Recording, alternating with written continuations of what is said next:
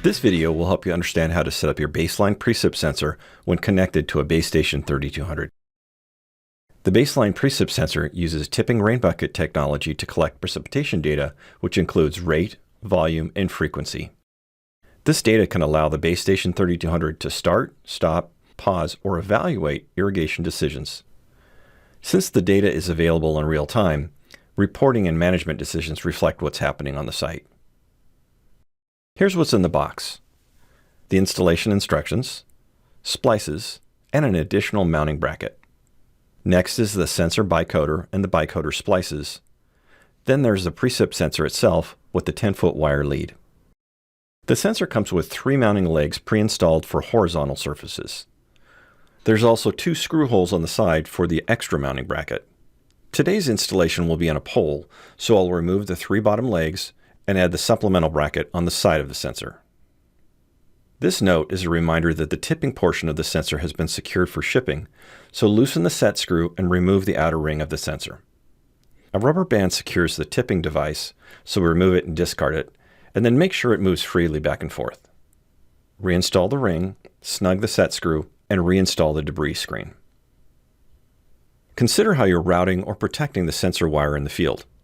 You may want to take this next step after mounting the sensor, especially if you're using a conduit.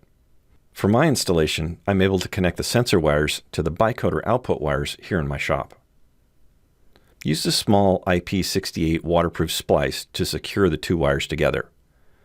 Disassemble the splice and thread the wires through each side.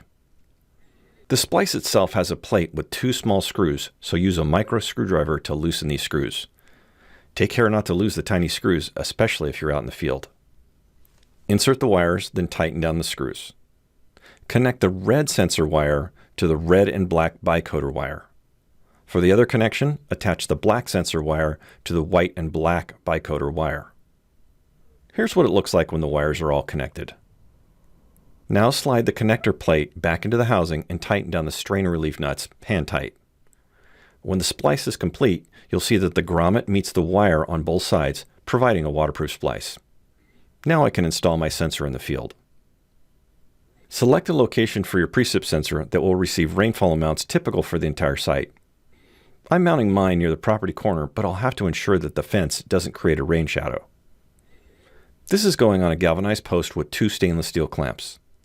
It's a good idea to secure the wire with some sort of strain relief and possibly use a conduit to protect it from vandalism. With the precip sensor mounted, connect the sensor bicoder to the 2-wire path with the included DBRY6 splices. Industry standards call for splices to be in access boxes and not buried in the trench. Now that the installation is complete and the sensor is connected to the 2-wire path, it's time for some basic configuration at the controller.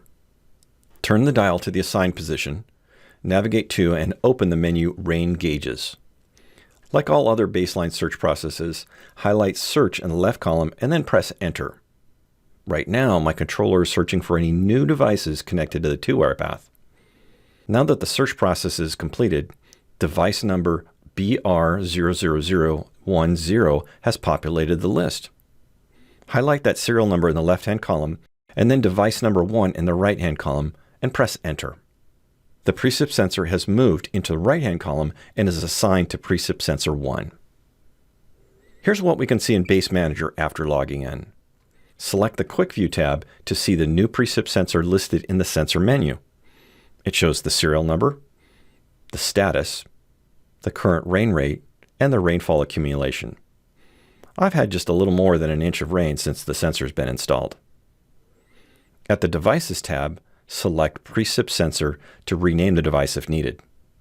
You can also test the sensor to see what the current rainfall rate is and the rainfall accumulation.